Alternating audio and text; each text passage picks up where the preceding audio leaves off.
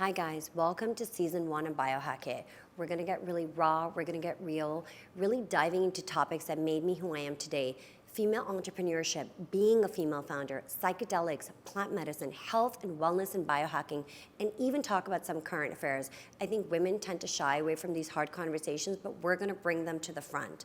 Season 1, we're really gonna dig deep and find our inner warrior, the warrior that lives in each and every one of us. Season 1 of Biohack-it is dedicated to Hala, a dear friend of mine's daughter who faced muscular disease with extraordinary bravery until the last days of her life and had a radiant spirit. This child, for the 10 years out of the 12 that I knew her, radiated positivity, confidence, and vibrance. She had so much to teach every single one of us. Hala and her mother Mimi, known as Mimi Yoga here in Miami, are true examples of what it means to live with strength, resilience, and positive mindset.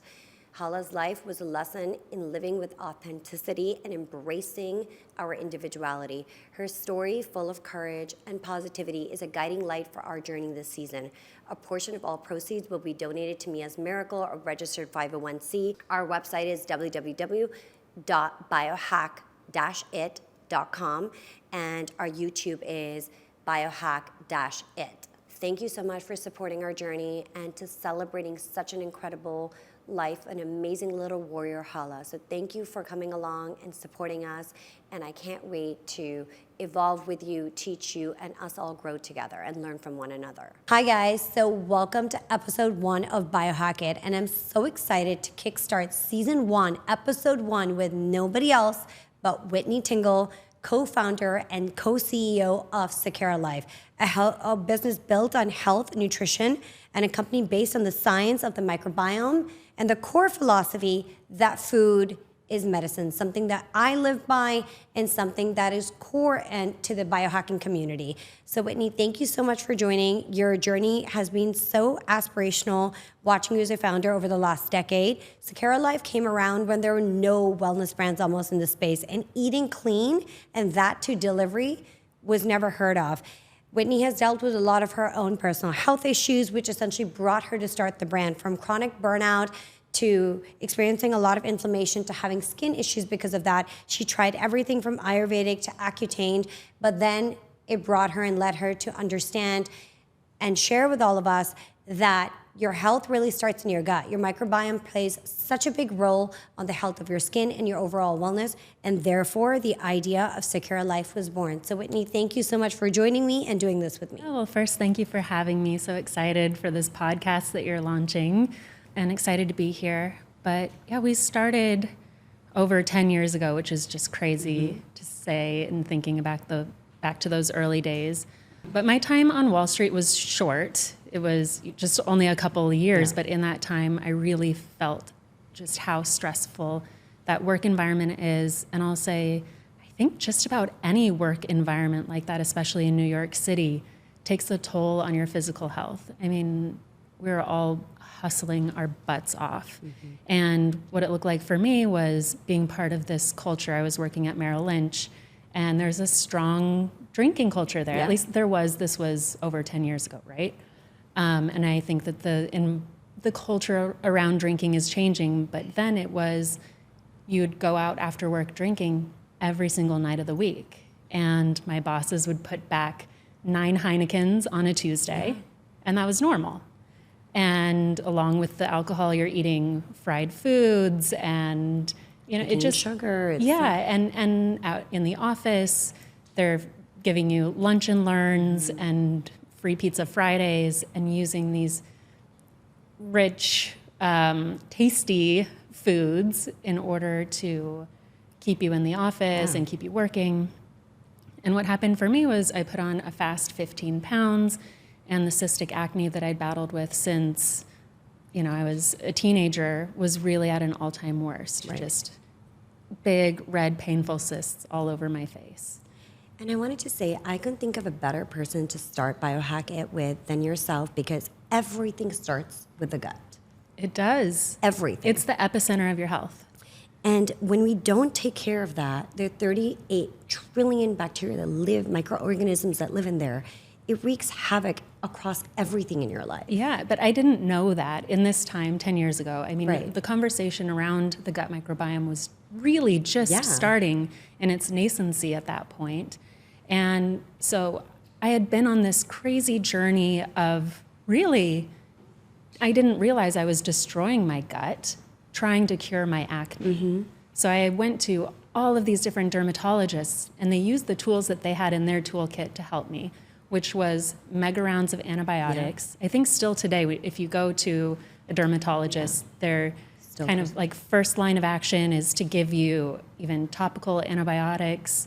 And then if that doesn't work, then they give you oral antibiotics, tetracycline and minocycline. And that is doing a number on your gut. I mean, they were giving me Z-Packs. We were talking about Z-Packs before we started the episode. And they were giving me Z-Packs to keep in my desk room drawer at college. For flare-ups and stuff. If I had a cyst pop up on my face, then they told me to take a Z-Pack, which is a powerful antibiotic that they give you if you have pneumonia. Yeah. And I think what's crazy is data and science has now shown us that your gut, once you take an antibiotic, and we were talking about this earlier, never goes back to its original state. So you cannot guarantee what will grow back, and you will never have the same Or in gut the ratios. again. Or in the they ratios. were in before. And so people are so casual and blasé when they're taking antibiotics, which really bothers me on a really deep level. It's like they don't want to think through and do the research, or I guess they're just not aware enough. I think it's a lack of awareness. And it's part of the system, too. You know, I think when we were kids, it was common that for a mother to go into the doctor and the doctor to prescribe an antibiotic, and that then the mother feels like they're getting something out of that doctor's appointment and can help their child, and they were wanting to do the right thing. But now it's not just the overprescribing of antibiotics, it's that our animals are prescribed antibiotics. So I come from a family of farmers. My grandmother was the oldest of 8 children. She had 7 younger brothers, all farmers. And I remember, you know, sitting at a Thanksgiving table one year and my great uncle telling me that, well, he farmed for Tyson. He had 75,000 chickens. Crazy. And he told me that strep throat was going around with his chickens. And that he knew that he could cure it using oil of oregano and these different kind of holistic methods, but that Tyson wouldn't take his chickens because all of the farmers are contracted. Wouldn't take his chickens if he used things that were not on the list of acceptable. Approved, And so he had to use antibiotics with his chickens. And that's where I think like farming has become just it's a commodity. People are just making money off it versus actually giving back and helping and heal people the way food was used to heal and nurture you versus what it's become now. Yeah. And I'm excited to see the industry changing with the access to knowledge and information through podcasts, through YouTube, through websites and social media.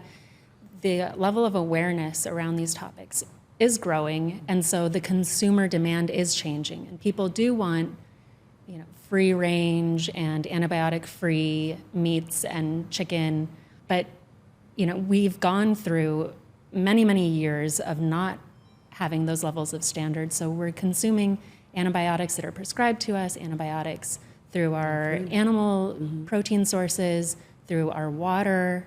You know, it's not something that's tested for necessarily in your water. When you get that chart from your water company that says, oh, here's what's in your water, they're not testing it for pharmaceutical drugs and a whole host of different things. Which a lot of the U.S. natural water supply does have. So your tap water is extremely toxic in this country, and people don't realize it. So there's a website you can go into. You put that website in depending on the state that you're in, and it tells you all the chemicals, all the antibiotics, all the hormones that are coming out of your water supply. And how Americans still choose to drink tap water is beyond me. Same thing with drinking out of plastic water bottles. The amount of microplastics that are in water bottles is through the roof. And we have so many microplastics going into our bloodstream now. Yeah, that plus coffee cups.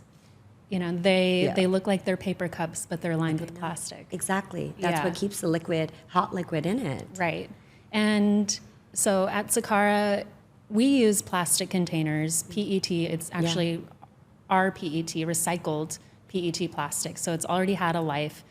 And we use that because we searched everywhere. And if anybody has anything else that's better, let me know. But we search far and wide. We've invested hundreds of thousands of dollars looking into alternatives.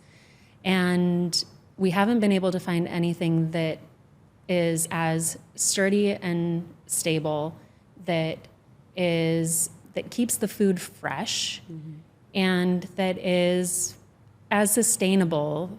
You know, it's the easiest to recycle. There's not a lot of composting facilities across America yet. Which is crazy to me as well, by the way. Where if you're using something like those corn plastic containers, they have to go to a commercial composter. Yeah. You can't just toss them in your backyard and they turn into a flower. Right. And people get concerned about the plastic, but none of the food goes in hot. It's never heated. It's always cold chain, and it stays in there for 3 days. You know, when it comes to you, you eat it, and that's it. It's not like these water bottles that sit on a shelf for 2 Months years. And years, and have heat fluctuations, or, you know, you go to the coffee shop in the morning and you get that hot coffee straight into that coffee cup. I mean, or brush your teeth with an electric toothbrush with plastic bristles. Yeah. These are all different areas, or drink tap water. These are all different areas that you're getting those microplastics from. And so I think that we also can't be too scared of everything, but there are decisions that you can make for things that are within your control that can help support our health. And I always say to everybody, it's small changes. If all this information seems too overwhelming for you, start with little things. It's the little habits and changes that contribute to the bigger, change in your lifestyle, but it happens over time. It's like stacking, you know, you can't do it all at once. Yeah, and so, you know, the name of our cookbook is Eat Clean, Play Dirty. And that's a big part of our philosophy at Sakara, is that you are what you do the majority of your time. That you have, you know, I buy organic when I'm at home, and I really take care for what ingredients come into my household, because that I know that I also like to eat out at restaurants. Right, it's a balance. And enjoy. And so I try to take care of what I can in my control, and then I try not to worry about it when I go out and I'm with friends and I want to be present and enjoying that moment. You can't be so rigid either, because that will take you completely out of society. So this is what we have to learn to play with our environment, have healthy parameters in place, do what we can at home, and then be flexible with the rest of our life. Yeah, exactly. You also just talked about how you make sure everything at home is organic, and you come from a family of farmers. So a lot of people recently didn't know that it's not, we're so nutrient deficient these days, right? The CDC has come out with a statistic that said 70% of people are heavily nutrient deficient, right? Yeah. With core nutrients. And people don't necessarily know this, but the modernized way that we are farming is actually what's causing the deficiency, because our soil is not rich with nutrients anymore. It's depleted. And your food, your vegetables are only as good as the soil that they're grown in. They say that today you'd need to eat 9 oranges. There's a study around this, in order to get the same amount of vitamin C from an orange that your grandmother ate. That's crazy. That's crazy, and it shows you how depleted our food systems have become. Yeah, absolutely. I think it's that. I also think that a lot of processed foods today contain fillers, and so you're eating a larger quantity, but you're actually getting less nutrition. Nutrients. Yeah. So, Whitney, I love this Sakara Life's 9 pillars. I think you guys have outlined them so beautifully. 1, no calorie counting.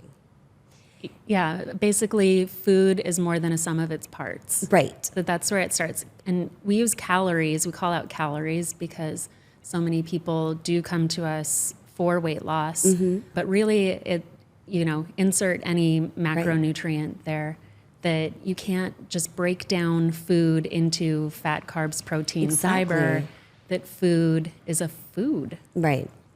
And I think it allows for food freedom as well. If you're eating well, You have flexibility on how you eat. Yes, and focusing on the food, and food is information. It's turning on certain Cells genes in and your genes, body. yeah. Yeah.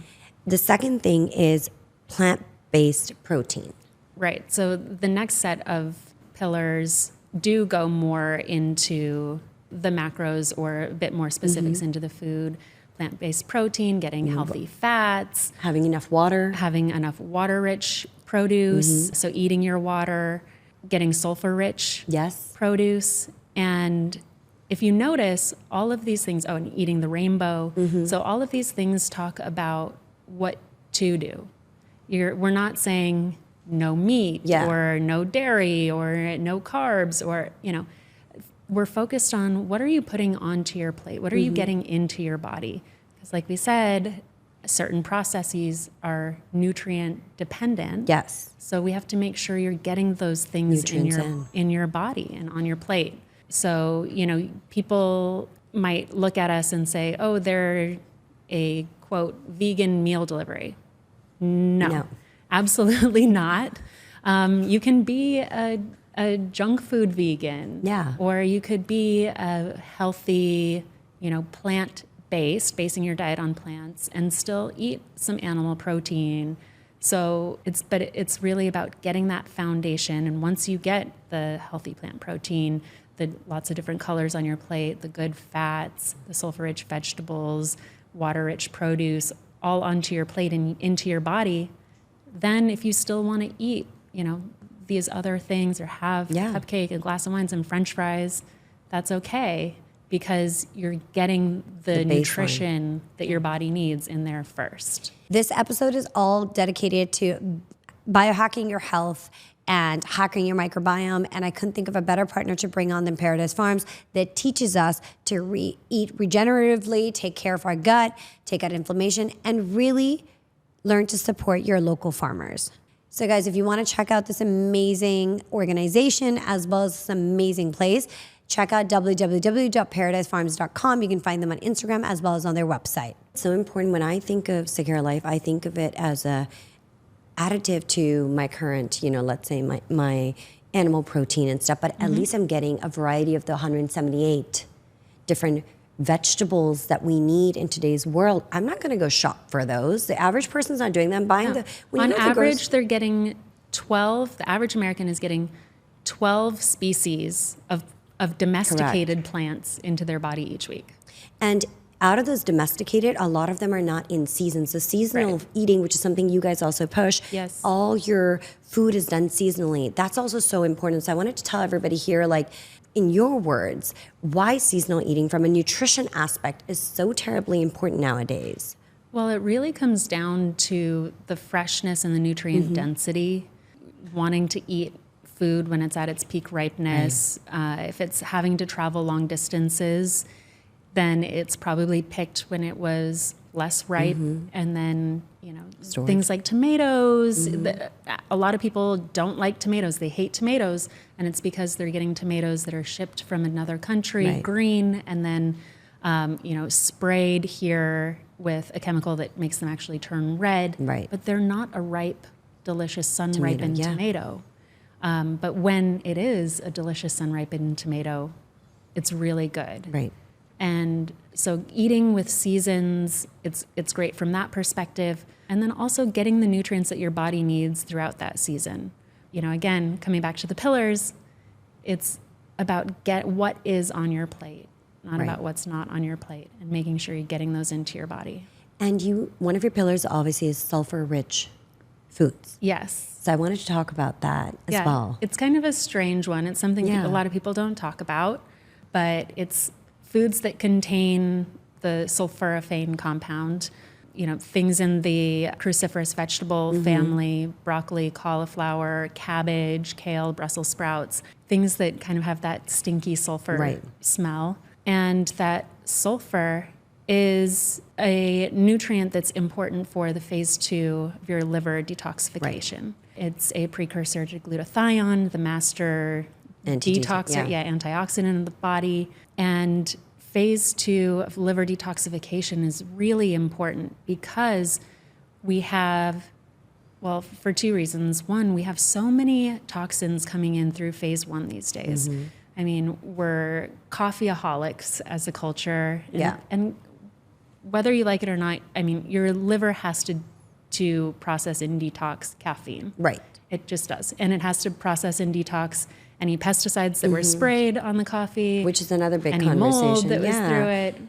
People are not having organic coffee, not realizing the amount of mold and pesticides that goes into your standard coffee store's coffee, which is why if you can't always have organic coffee, that's an episode for a different time, but you know. Absolutely. And then you have whatever's in your water, whatever's in our air, alcohol, the pesticides that are sprayed on non-organic produce, your dry cleaning chemicals, your personal care. The list goes on. And so those come in through phase one of your liver detoxification process. And if your phase two, if it doesn't have the nutrients it needs, then it really struggles. And phase two is also what detoxes the things that your body needs to detox, like excess estrogen, or if you have SIBO or some sort of overgrowth in your digestive system, like that's also part of what phase two works on. Right. But if it's overloaded from what's coming in through phase one, and it doesn't have the nutrition that it needs to do its job, then it struggles. And that's where we get a whole host of different issues and ailments in our bodies. And that's the amazing thing with Sakara. It's supporting the baseline functions that our bodies need to be doing to perform their job correctly that prevent long-term disease, autoimmune issues, and also just support your overall health. Yeah. Just from the variety of vegetables and plants that you're getting in your weekly delivery. And variety is really important. I think that a lot of people are scared of different quote unquote anti-nutrients these days, phytic acid and oxalates, lectins. Yes. And we can't just rely on, eating the same things every single day or those things are going to build up. Some people will say, oh, well, I eat healthy. I eat rice and beans and kale and avocado and whatever every single day of, or like 100 forms of avocado toast every single day. And so if they're getting that buildup, like even just making a salad with arugula every single day, that arugula absorbs certain nutrients from the ground and certain heavy metals from the ground. And so you can get a buildup of those metals in your system if you're eating that same one every single day. So it's important to get that diversity in and switch it up all the time. So we have this very complex menu builder system, proprietary, that we've built over the course of 10 years that has all these inputs where it takes the different ingredients, what's on the menu, make sure you're not getting too much of any certain thing. We had in the early days a mushroom meltdown where we had too many meals with mushrooms in the same week. So if you weren't into mushrooms, that was not your... And mushrooms are not one of the most popular, most liked vegetables. So you're like, I'm going to come up with this big system now that this never happens again. Exactly. And it makes sure that you're getting that variety into your diet, both from a taste perspective and from a nutrition perspective. That's why I think like things like the CSA can also become really beneficial. Yes. So when you're on and off something like Sakara and then you want to cycle in things, I think working with a local farm, doing a CSA, that there's a variety that comes in every week is also so great and beneficial to support your overall health. But most of us get bored. Like I have this beautiful mushroom right now, and I'm talking about mushroom, lying in my fridge that I got my last CSA, and I was like, I don't know what to make with this mushroom. I'm trying to think of ideas. Slice it up and saute it with a little bit of, olive oil or butter and some garlic powder. That's a good idea. I'm going to do that and send you a picture of it, actually, because I was sitting in my fridge and I'm looking at it going like, what should I do with this? Because I Put it on a pasta. Yeah. I love Tolerant brand pasta. Oh, their stuff is made amazing. With lentils. Mushroom would be delicious in that. That's a good one. My husband's the cook in the family out of the two of us. Yeah. He's actually, he's great in the kitchen as well. So I'm like, some sauteed greens. Yeah. See, I should come to you for my ideas for when things arrive to my fridge. I'm like, what do I do? But it just shows I'm a creature of habit, right? Yes. I am not bringing in diversity, and I'm so into health and wellness and biohacking, and I am not bringing in diversity into what I'm eating. Because it takes effort and thought and brain work. Exactly. And I'm busy sometimes, and I'm Yes. like, oh, just like make whatever, and let's just get it on over with, and therefore I'm just going to go out, you know? Yeah, and that's why so many people outsource their nutrition to us. Yes. And it's, again, to balance with everything else that they're eating out in the rest of the world. Yeah. We also have people who come to us who need to rebalance because maybe they've gone too far in the rest of the world Right. eating, and they need to swing their pendulum over to the side of really cleaning up, eating more plants, getting enough fiber into their body, enough variety, enough antioxidants, to get themselves to a place where then they can swing back into that middle ground where they can have fun, eat out yeah. again and not disrupt their digestion or get a breakout again or Right. things like that. And I think it's beautiful that Sakara is not about fad diets. No. I mean, you guys don't support that at all. That's not the goal. And I personally think fad diets are absolute bullshit because you're putting your body under so much stress to then load it up with junk again. I think it's about those small lifestyle changes that are sustainable long term.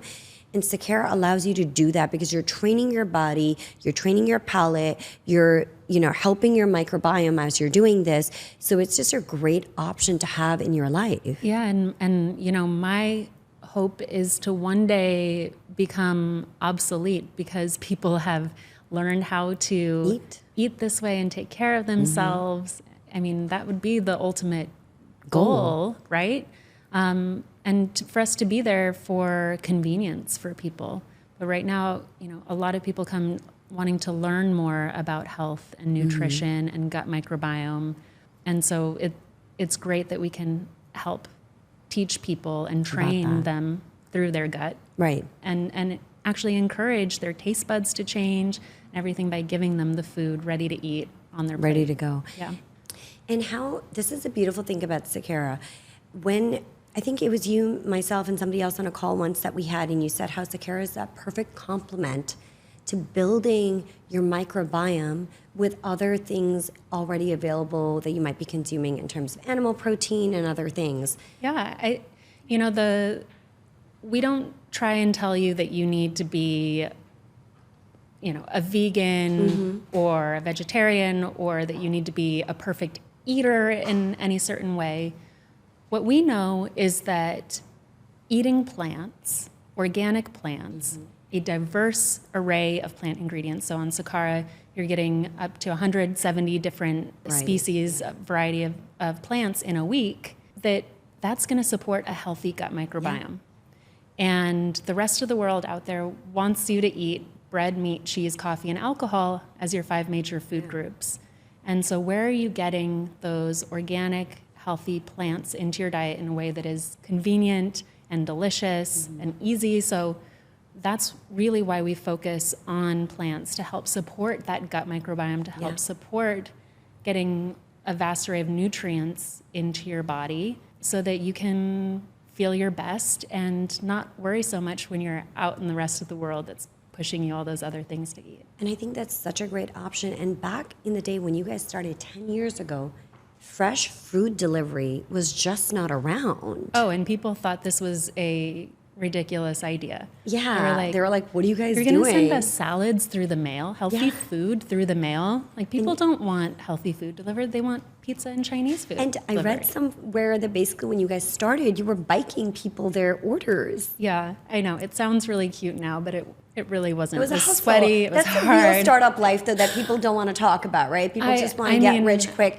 That's real startup life. I have PTSD from those early days still, waking up early to go deliver after we'd been up all night cooking and making the food. Yeah. And then your delivery driver doesn't show up and you have to go and get out of bed at 4 a.m. And your body does not want to be up at 4 a.m. At that time, but you have customers that you need to service now because you've, birthed essentially this concept into the world that you want to make sure that people understand. And I think that that's a piece too that's really important. There are these times that were really hard, really, really hard. And we wanted to give up. I mean, I've had multiple moments that I'm just like, what are we doing? This is crazy. This is too hard. Pressure is too much. It's too there much. must be an easier way to do this. And well, just why don't we start a sweater company and we're putting a sweater in a box and shipping it, and there's no shelf life, and there's no farmers or droughts or bugs or all these other things that we were dealing with. And at the end of the day, it was, we're on this mission to transform lives, to help people live better, feel better, and to change the way that they think about food, nutrition, and their bodies. And so we had to keep going. It's always really important, something you just say, you touched, I think being a founder is extremely hard. It's lonely as well. I think it's a mix. It can be extremely lonely, but I think a company, any company, needs to have a very strong core purpose and a mission statement. And at Sakara, you guys have that. It's about light work. Well, light work is a piece of what we do, and it's about doing the work, leaning into what's hard in order to create growth and change in your life so that you can shine your light a bit brighter.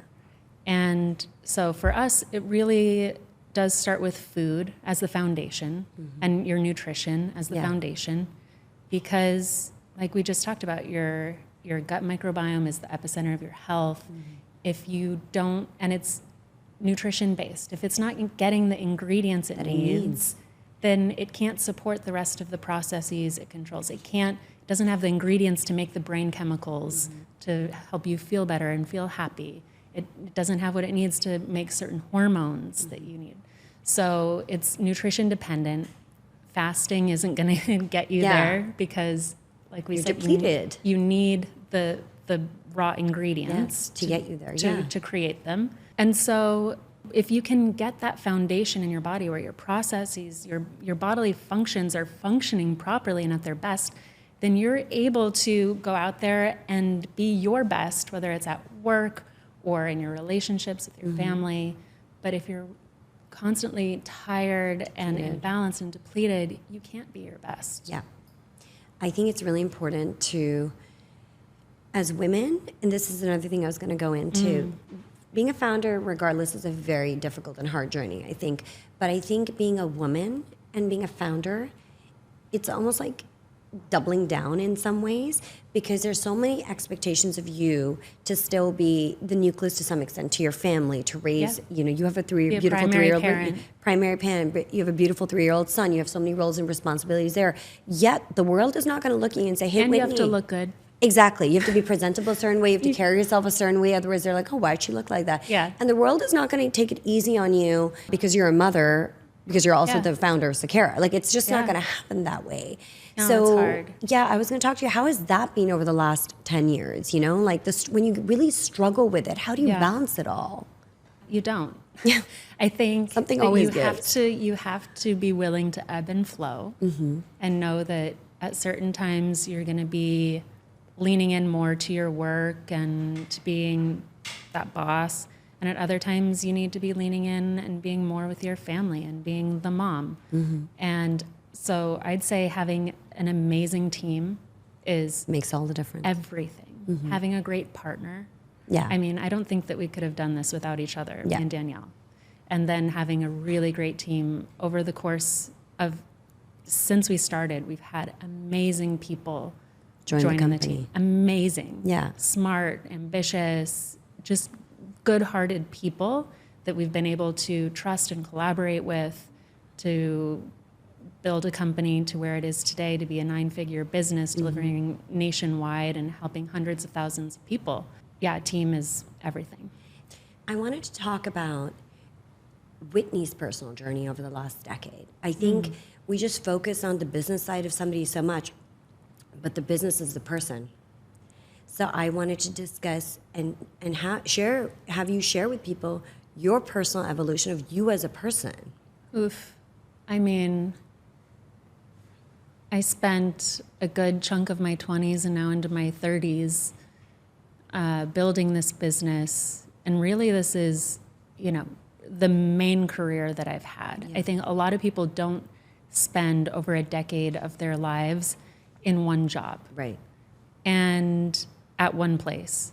But to me, it almost feels like I've had multiple careers because, like I said before, I was the founder, co-founder, and co-CEO of a small business, and then of a medium-sized business, and now of a medium-plus size business. Plus. And so I've had to change and evolve through all of that time. And, it's hard to think about me individually without this business because we're so much of the same. So much of my heart and soul and self goes into it. Yeah. And so much of my time and everything has been spent into the company. I think it's only maybe in the past year or so where I can start to feel a little bit of a separation of self, business, and self, because we've gotten to a place where we have a greater executive team, greater meaning larger executive team and bigger supporting teams. And so I'm not in every single thing anymore. And so it's making me now start to think about, how do I level up to continue to lead the mission that we're on? That it's not just about leading a business, but we started this because we want to change lives. Yeah. And so what does that look like for me in my role? And making sure that I'm doing the things that only I can do. Can somebody else make the decisions around HR? Can somebody else make a decision? And trying to pull out of meetings where other people, and maybe other people that are better at it than I am, can sit in that role to free up time so I can do the things that only I can do, and get to a place where I can impact more people and help spread the mission on a greater level. And Whitney, what are some of the tools, that have helped you evolve yourself as a person? I mean, so I was raised in Sedona, Arizona, which, if you haven't been there, it's this small hippie spiritual town. And it has representation from just about every religion on the planet. And so my father, growing up, he would bring me to all of these different, we'll call them churches or temples, so that I could be exposed to it, learn about it, experience, gain the knowledge and wisdom from different types of teachings. And I have continued with that over the course of my life. So I was just in an ashram over the holidays, and whereabouts? Actually in the Bahamas. Amazing. And it's somewhere that I've, that I like to come back to, and it's great for getting back into that mental headspace where I can feel more like myself. Right. And hear my inner voice, kind of clear out the noise.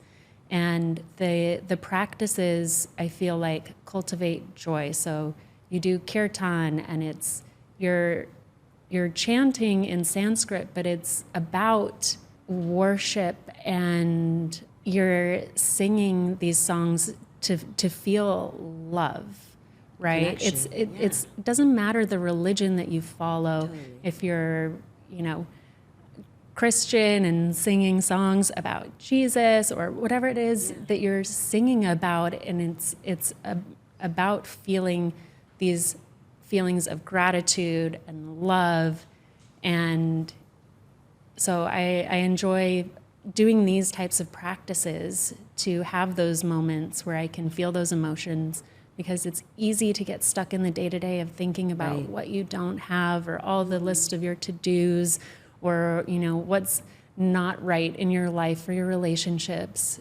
And these practices have been used for thousands of years to make shifts in your mentality and in your body, and they really work.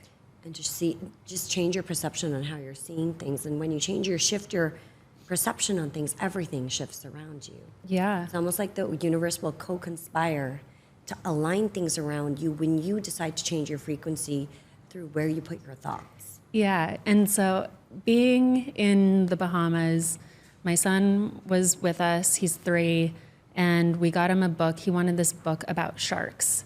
And so I'm reading this book about sharks, and it had a page in it that was so interesting where it talked about how sharks have an extra sense where they have these holes on their nose that they can use to sense electrical pulses or outputs from animals, from fish, that all, fish, animals, everything, us humans have electric fields, right? And these sharks can sense them. And so it made me think about how it's kind of considered woo-woo or something to be talking about energy. Yeah, but that's all frequency. we are. We're made up of energy. Right. And just because we can't see it doesn't mean that it's not there. And if sharks can sense it, and if EKGs can measure it, and all of these different tools, it means something. Absolutely. And so I think that that's going to be something we'll see in the future, is more work in energy and frequencies and energy medicine. I think you touched on something that's so important. I think people don't want to realize that we're all made up of different frequencies, and depending on where our alignment is, that's what we're going to attract. And Joe Dispenza talk, his entire career is built on this. The man healed himself, with his own mind. And the fact that founders like yourself are tapping into these holistic, alternative ways of working on yourself so that you can bring that to your business, so you can bring that to your core consumer, so you can bring that to your audience and to your family and to your loved ones is also so important. Yeah, I mean, What the Bleep Do We Know was an early and impactful movie on me, for sure. Talking about tools. I was studying abroad in Spain, and my mother shipped me The Secret on tape. It was on CDs. Right, back then. And I didn't get, radio station on my car on my drive to school. And so I just would listen to it back to back. I probably listened to it all the way through 13 times. And it starts to program you. Right. And, for the Sakara Life podcast, our opening, we talk about that you become what you take in. The information you take in, what you feed yourself, who you surround yourself with is what you become. And I think it was some of this early programming around what you think you become, and expected of you. So having the right kind of thought patterns programmed into myself, having a growth mindset, all of these mindsets was really imperative to being able to handle what came while building a business. Right. That having these challenges, seeing challenges as opportunities and, teachings, being able to take and receive feedback, all of these mentalities, all these mindsets were crucial to being able to succeed. I think that's such a great insight. I think removing your ego when building a company and just putting it, your ego doesn't belong in the room. That's the biggest lesson, the biggest piece. You have to be open and receptive to feedback. Your ego has no space in the room. But your ego is not like, I'm the best. And your ego tells you you're not good enough. Yeah. Your ego says you're never going to do this. It's that negative self-talk that we have.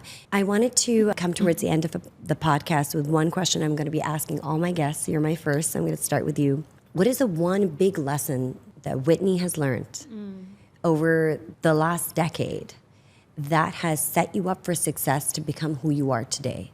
If it was just one thing. I mean, it really is that mindset is everything. Right.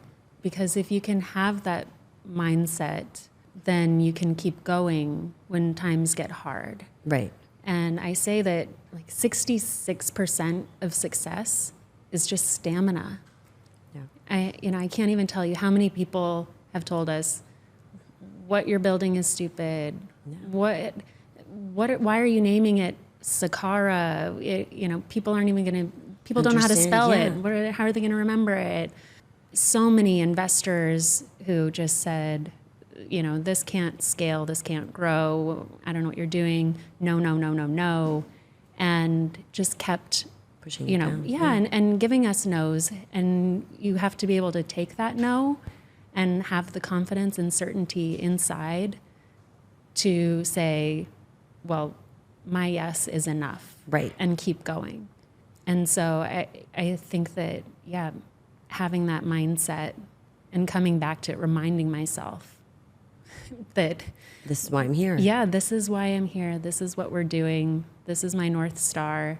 So guys, there you have it. Episode 1 of Biohack-it with incredible Whitney Tingle, where we talked about all things personal development, nutrition, why it's important to eat a nutrient-dense diet, and the importance of your microbiome. I couldn't think of a better guest to start Biohack-it with and really talk about the core building block of biohacking is nutrition, and it all starts with your gut. So thank you so much. Thank you for having me. Congrats. So stay tuned, guys, and keep watching our journey together. This is all about community. This is about learning together, growing together, bringing you authentic conversations. So thank you so much for following us, and stay tuned for more.